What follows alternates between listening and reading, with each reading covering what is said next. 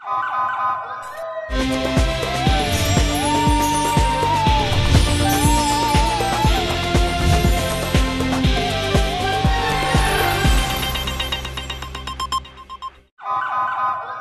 پہلے نظر ڈالتے ہیں اب تک کی بلیٹن کی۔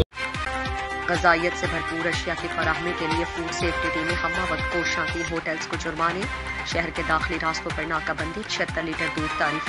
Gujranwala director general Punjab food authority Mudassar Riaz Malik کی ہدایات پر ڈپٹی ڈائریکٹر آپریشن سمت فاروق کی زیر نگرانی فوڈ سیفٹی ٹیموں کے ملاوٹ مافیا کے خلاف کامیاب کارروائیاں۔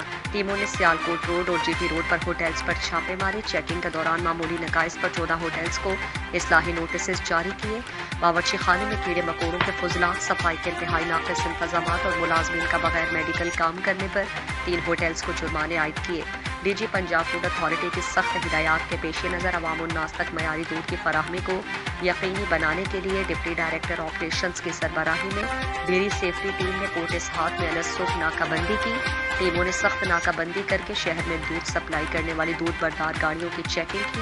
دوران چیکنگ پاؤڈر سے تیار شدہ 76 لیٹر دودھ موقع پر تلف کر کے گاڑی مالک کو جرمانہ عائد کیا۔ مزید برآں director general Punjab food authority Mudassar Riaz Malik کا کہنا تھا کہ عوام الناس کی صحت کے ساتھ کھلواڑ ہرگز برداشت نہیں کیا جائے گا۔